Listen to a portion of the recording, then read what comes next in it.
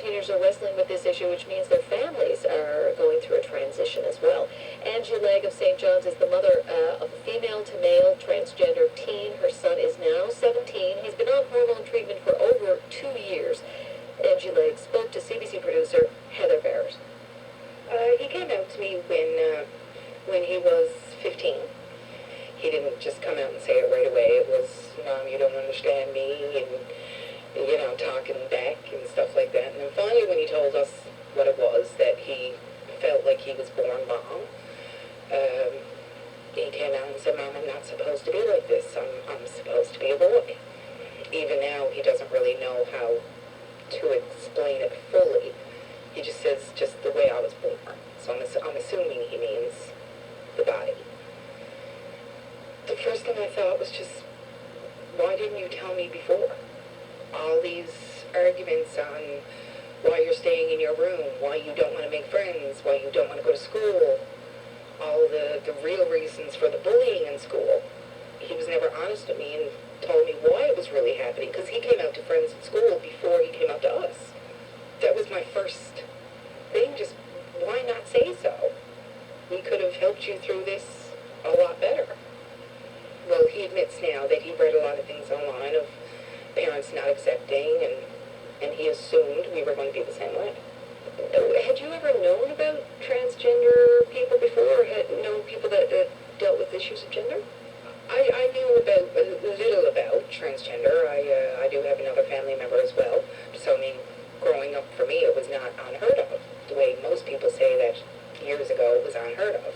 It was just, okay, this is who you are. What's the next step we need to do to make you happy? So what did you do then?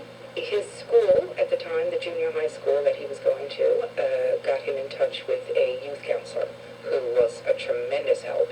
And then we got in touch with a doctor here in St. John's who deals a lot with transgender kids.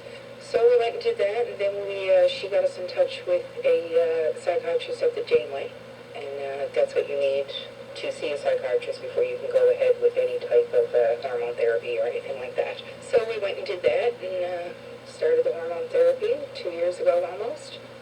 Went and changed his birth name on his birth certificate. Yeah, we just dove in head first and did what we had to do. What's it like for you as a parent, though, to go through this change with your child? I've been asked similar questions to that before, and to be honest, I don't really know how to answer it. To me, it was no different than raising him anyway. We had to adjust to a new name, but to me, it was always my child. It was always, he's always my son. And I have a older son, 4 years older than him, so to me, it was just another teenager going through male puberty. The only regrets that I have, and what I do think back on, is all the times I upset him, asking him to wear dresses or skirts or shoes, to not cut his hair, to force him to put it up in ponytails. And it is true what they say.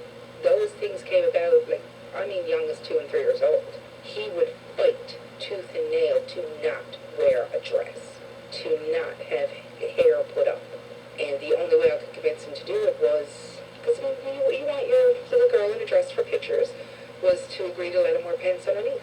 And that's my only regret, is not just allowing him to be who he was then.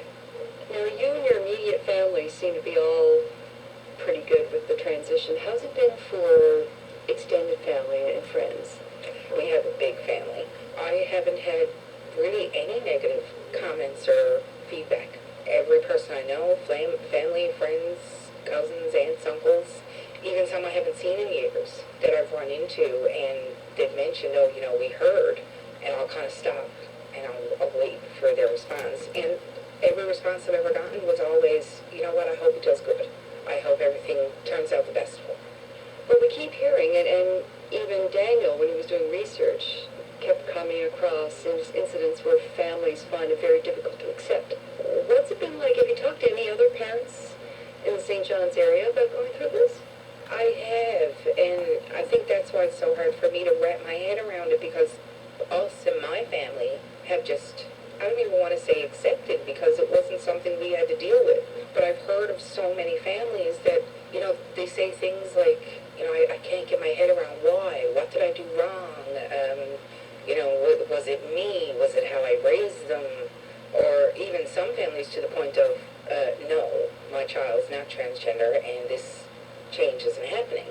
To me, that's my child no matter what, and I don't get how they could just accept him anyway. But is it possible to be a supportive, loving parent and want to make your kids happy and still be very worried or very confused about what's going on? Oh, for sure. I did remove Daniel from school. There was some severe bullying, even to the point of his life being threatened. Those things I worry about. Again, me and him have discussed that it's not going to be like that forever, and not everyone's going to remember you in 10 years. And that's kind of what he's hoping for. Because I know with schools now, there's so much talk about inclusiveness and so much awareness of these issues happening right now. Do you think even that sort of work with gay-straight alliances and things like that, has that made any difference, do you think? I don't think, not as much as people would like to believe. For the kids that are really involved with it, I think it's made a difference for them. But for the schools and young people in general, I don't think it's as much of a difference as people would like to believe it is. But I do find these gay-straight alliances and stuff, they're great, but they're still really small numbers. How about staff and teachers? Staff and teachers, I find, can go either way. Daniel did have one teacher that refused to call him by his chosen name before I had it changed on the birth certificate. I really didn't appreciate that because at home, we were using his chosen name, Daniel. As far as I was concerned, as a parent, I should be able to request someone to call him something different. I even tried to explain it as, think of it as a nickname. And they still refused. Other teachers were fine with it. Not a problem calling him Daniel in class. But then the teachers that wouldn't, it almost helped with the bullying. Because some kids in class that didn't know, they were wondering, why is this kid being called two names? So how's Daniel doing now? He's doing great. He actually just started his first job. He's becoming more social. He's becoming more comfortable with himself. He still has his moments. He still avoids looking in mirrors and stuff like that. But he's dealing. His counselors are still a great help. He has some great friends. He's doing so much better from 2 years ago. What advice would you have for other parents or family members of people who are going through gender, wrestling with ideas of gender? Let the kids take lead. They know. They know who they are, and they know what they need. And don't be afraid to talk to them. Important words there from Angie Legg. She's the mother of a transgender teenager, and she was speaking with the CBC's Heather Barrett. We'd love to hear your thoughts on this story. It is Pride Week, and it's time